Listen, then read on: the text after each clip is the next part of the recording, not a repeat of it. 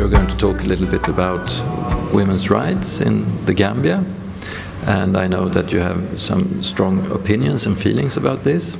But I would like for you to start with saying your names and what you're studying presently. Well, actually, my name is Hadija Ola, a student at the UTG, that's the University of the Gambia, second year student, and studying information systems. I'm 25 years of age. Yeah. Thank you.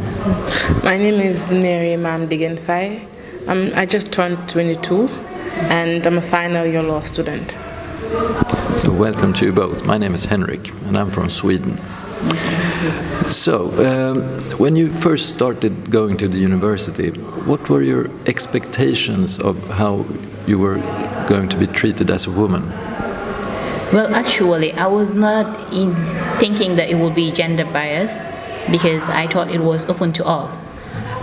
So, gender in that aspect wasn't a problem. Yeah, because basically maybe the environment-wise they might be try to eradicate you or stop you from going to school because you got to an age that you should get married or something, because that's a belief they normally have. But if you get dedicated and know what you want, then I think you can get your dreams. That's what I believe, because each and every person should have your dream, and you should make sure that you get those dreams come true. So you should not be stopped from getting what you want. But was it like that when you started the university then? If you expected to be treated equally to everybody else, was that what you got also? Yes, exactly. In the university, everybody is treated equally. There is no discrimination, gender discrimination or anything. Everybody is treated equally here in the university. Is that your experience also? Yes, I think the university is the space where you can come and think that you'll be treated equally with your boy classmates or the guys, the men in the class. You just know that when I walk into the university, I'm not just any woman. I'm not just the woman now. I'm just a woman and he's just a man, and we can compete, and then whoever wins wins. And gender is not it does not have an impact. Yeah.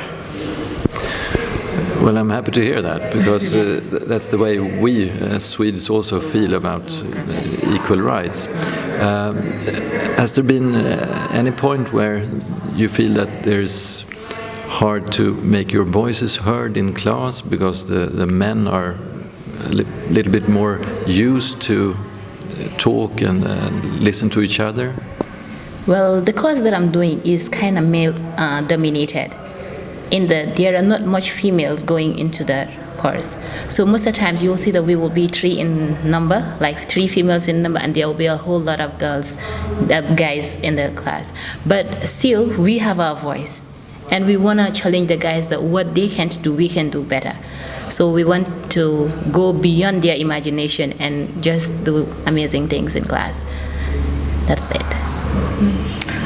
For me personally, I don't think that's an issue, because more women are opting for law, and I think in my class we have a generally high number of women. It's not more men, more women. So, and generally, all my life I've been a forceful person. I've been a person that's always pushing to make my voice heard. So I've never felt like they were trying to shut me down in class by the men. And even if they want it, I won't allow it. You're both very strong women. Do you think that that might be intimidating for some men? For me personally, when I first, even till now, when I first said that I'm going to study law and I got the acceptance from the university, people tell me you would never get married. And the fact that I identify as a feminist isn't doing much to help. So, so I don't think it's, I don't know if it's intimidation or whatever it is, but generally men find it not comfortable with a woman. You're not, if you're a feminist, you're all sort of names attached against you. You're an Islamic, you're this, you're that. So we have those challenges, but it's not something that is unexpected. We know that it is something that is expected with the work that we do. So we prepare for it and just ignore it and keep doing what we do. But are you afraid that you aren't going to get married, that the choice of going to university is also a choice away from marriage and children? Well, right now, people are, I think Gambians in particular, are education oriented. In that you have I believe I have to be an independent woman, and nobody has to decide for me. So if you're coming into my life, you should accept everything that is with me. Everything I do, you should agree with. Not agree per se, but you should accept my choice. This is what I want, and this is what you should. If you want to love me with that, fine. If you don't, then go away. Yeah, but definitely I'll go for whatever I want, and nobody's gonna stop me. That's it. And in this Gambian culture, they have this culture that a man's voice should be heard, whilst that shouldn't be. We all bringing the family together. So I believe we have to make decisions together. But if a man makes a decision in the house, then that's the final, which I don't agree to, because we are all human. And maybe your idea might be wrong and my idea might be right at some point. You have seen the drama that we acted, and certainly that was also showing an impact on the life that a woman can have. So your decision should be heard. But sometimes you see a man will come, this is what I want, and that is final. Okay, that's it. But thank God I was grown up in a family where my father always allows you to do whatever you want. Like, he allows you to take whatever decision you want and never chases you out of it. So that has also made me feel more confident about myself and who I am. Whatever decision I take is always final with him, because he believes in me. I am over 18 now, so I can take decisions for myself. Sure. Yeah, that's it. So I want no one can... Did you also get support from your parents and your father? Yes, my parents are very supportive. My father is very supportive with education. So even if he would struggle to pay, he say, whatever this is going to happen, I must pay. It's going to be difficult. We're going to miss out on this and that, but I will pay. So my parents are very supportive. But if I'm getting all that support, but what about all the other women in the community? That is what really matters. The life of one person is one person's life, but how can you use your life to impact other women? And if you're getting that support and you're getting your education and all those women cannot get it, then it says nothing. What would really mean good is when all the women can say, this is what I really want to do, and they can do it. Just like her, I want to be an independent woman. That is what I aspire to be.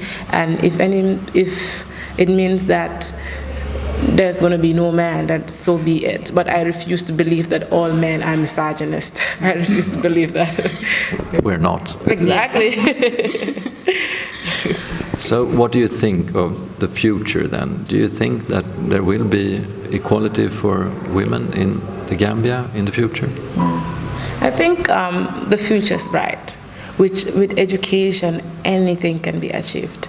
And I always say education is the best gift that you can give to any woman, to any child. Education is the best gift that my parents gave me.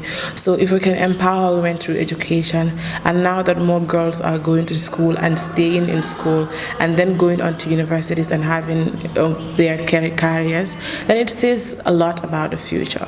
If we continue on in this path, then we would get to that journey, we will achieve gender equality. I don't know if it's going to be tomorrow or next tomorrow. All I know is that if we keep on working on it, one day, inshallah, we'll get there. And is that your opinion too? Yeah, exactly. Because we are all women, and we had the privilege to come here and being together here. So we can, and we would. What matters is we should work hard to make sure that we help our younger ones get to where we are, and make sure that women, in particular girls, are treated equally and not discriminated in the environment. So because sometimes you might have the talent and voice, but you don't have that education, or maybe that support, or sometimes I think it is better to go and sensitize these youth so that they can have courage of themselves, because they might have this inner feeling in them, but they don't have the opportunity to voice out what they have inside. So I think that is also important. Yeah. We were talking earlier about the prospect of being married. What if in the future you were married to a man, and then one day he came home and he said that, oh, great news, I'm getting a second wife. What do you think that you would say to that? Well, honestly, I am from an extended family. Like my dad got 2 wives. But from experience, it was the worst thing that could have ever happened because there is always conflict. And even the step kids might be saying, like, for instance, if I'm in a university and the other child is not, so they will be looking at me as a threat. So I won't prefer that happening. Because before getting into a relationship, I think conversations are very important and figuring out things, what you want and what you don't want. Besides, if you know that this is what my man wants, then if you work on it, I don't think, but some men are also hard to satisfy, you know. True. So the thing is, you just work hard on it and make sure you find, because men will be like, I want this number of kids, I want this. You as a woman, you will also see if you want that. And if all your needs meet, then you can work on it. But if not, then he is not the only guy and you're not the only woman. Right. And what's your view on this thing? I'll just say pack your bags. The door's wide open, you can leave. Yeah.